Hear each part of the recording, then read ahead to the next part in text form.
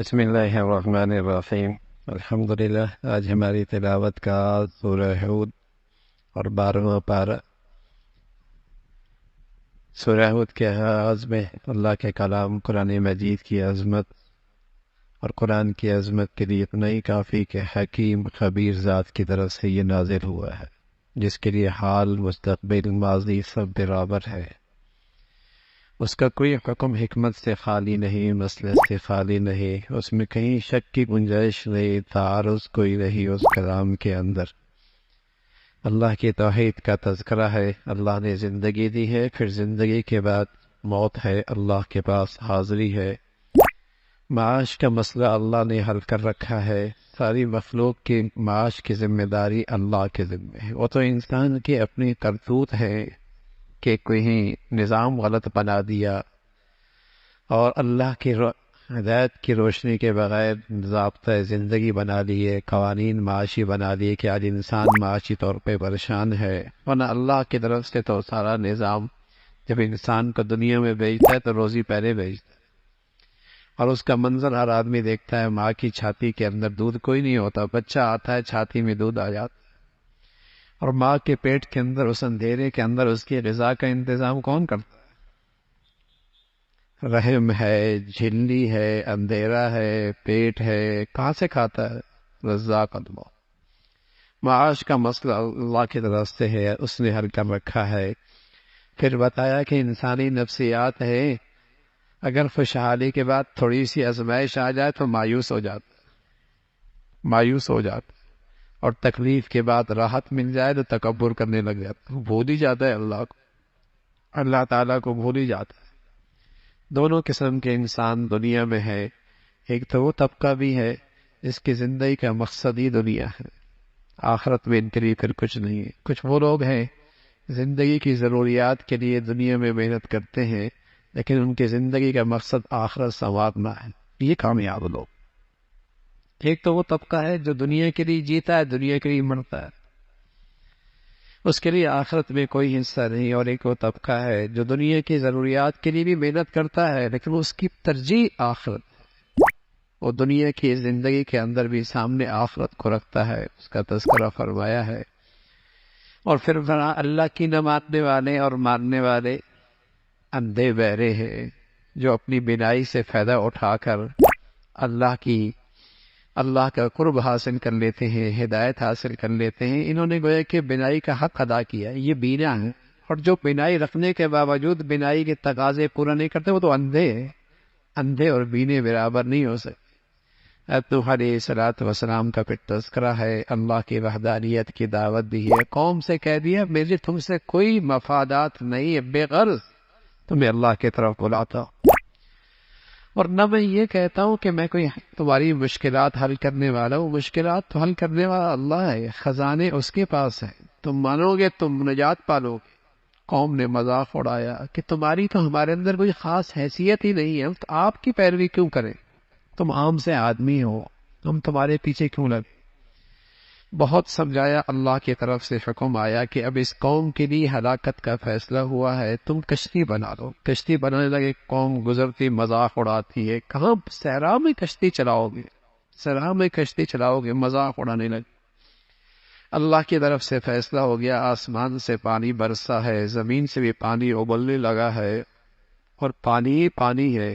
صرف وہی لوگ بچے جو کشتی پہ سوار ایمان والے تھے، اور کچھ جانوروں کو جو سوار کیا تھا وہی بچے۔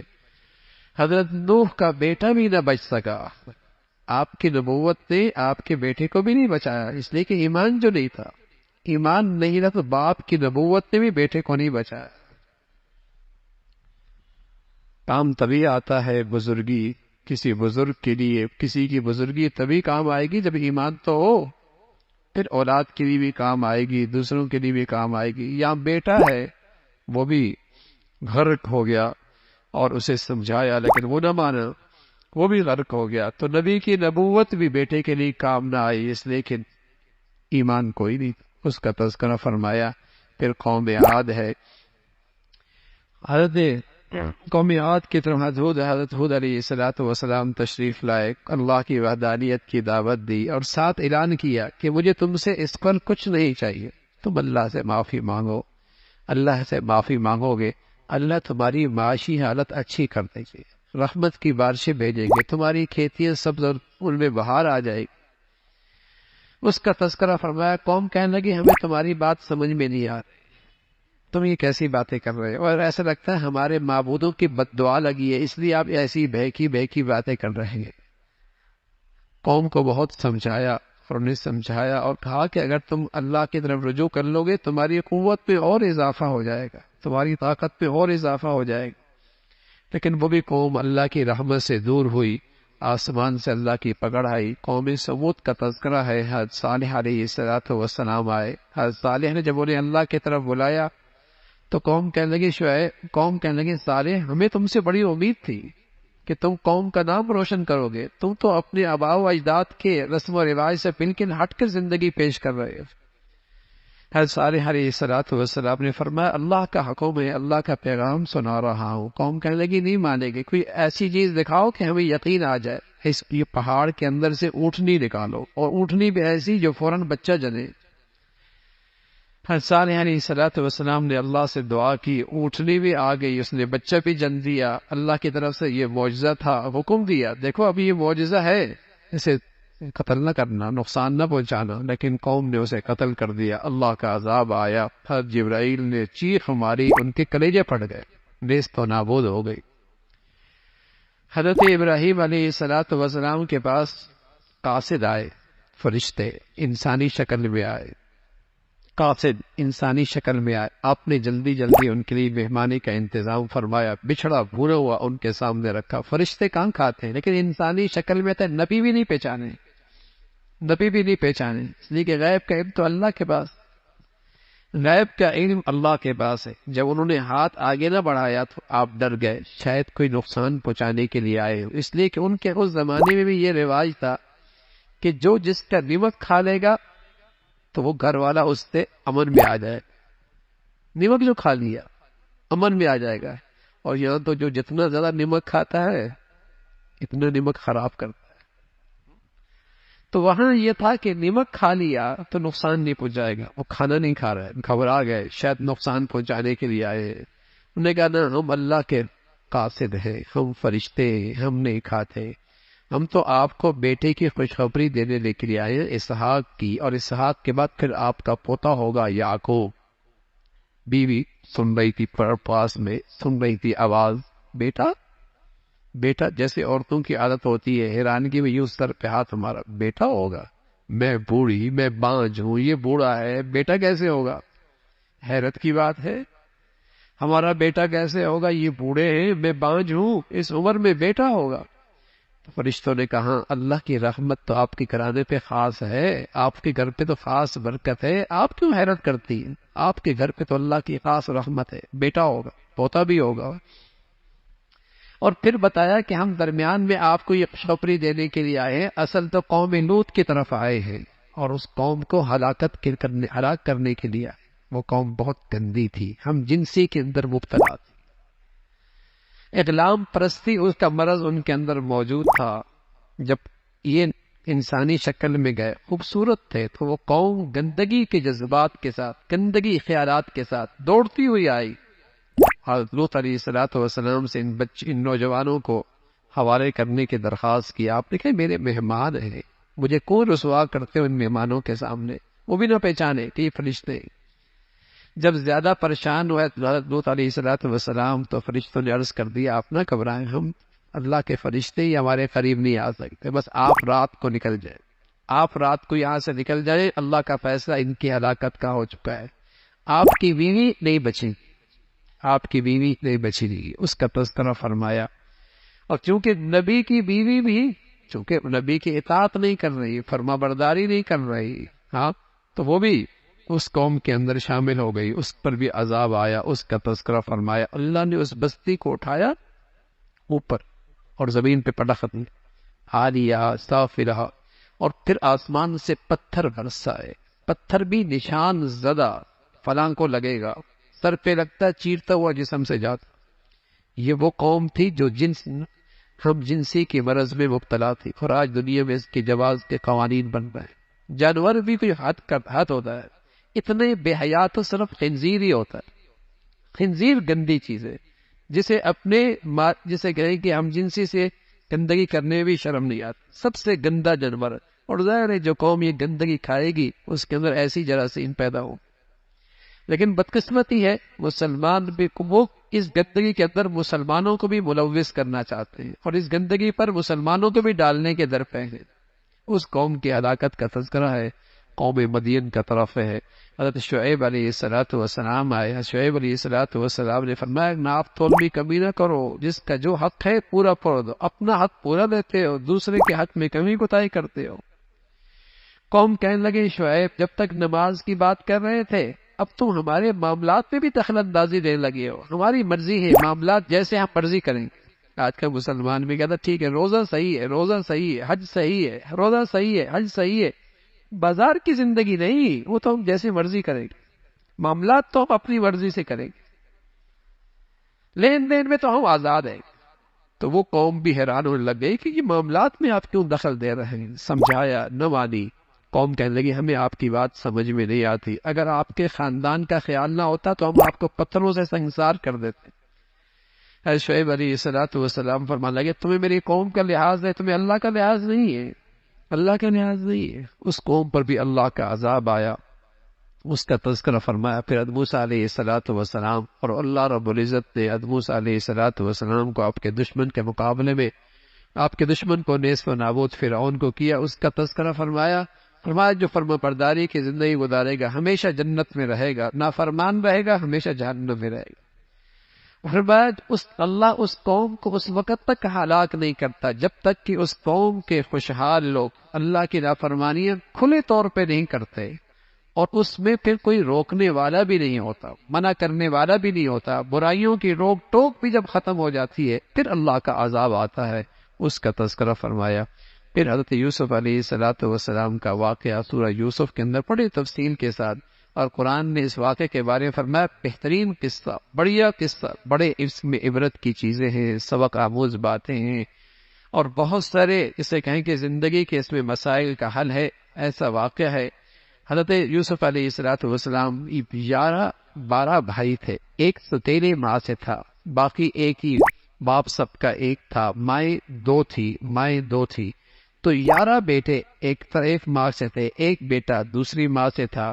حضرت یوسف علیہ السلام نے خواب دیکھی، خواب میں کیا دیکھتے ہیں کہ 11 ستارے، ایک سورج اور ایک چاند اسے سجدہ کر رہے ہیں۔ تعبیر واضح تھی، 11 سے مراد 11 بھائی ہیں، ستاروں سے مراد اور سورج اور چاند سے مراد ماں باپ ہے۔ یہ خواب دیکھی، اپنے ابا کو بتایا، یعقوب علیہ السلام کو خواب سمجھ گئے، اللہ میرے بیٹے کو بھی بڑی شان دینے والے ہیں، بڑا مرتبہ دینے والے ہیں۔ کہنے لگے بیٹے بھائیوں کو نہ بتانا، لیکن بھائی حسد کرنے لگے، اللہ اکبر۔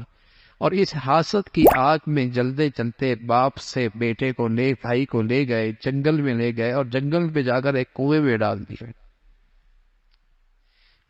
ڈال دیا، اور بہانہ بنا کے لے کے آ گئے کہ ایک قمیض خون سے، اس پہ خون کے داغ تھے کہ بھیڑیا نے کھا دیا۔ حضرت یعقوب علیہ السلام افسردہ، غمگین، آنکھوں سے آنسو جاری، اللہ کی ذات پہ اعتماد اور بھروسہ، اور معاملہ اللہ کے سپرد کر دیا۔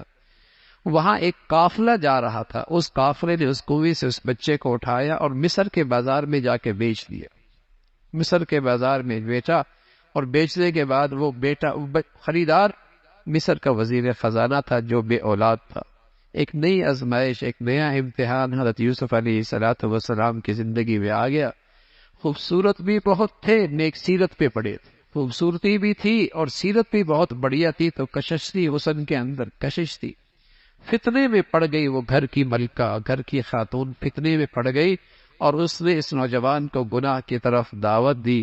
نوجوان کہنے لگا اللہ کی پناہ، اللہ دیکھ رہا ہے، اللہ کی پناہ، لیکن اس نے اپنی پوری توانائی لگا دی، دروازے بند کر دیے، اپنی طرف بلایا، آپ دوڑ پڑے اللہ کے سہارے، دروازے کھلتے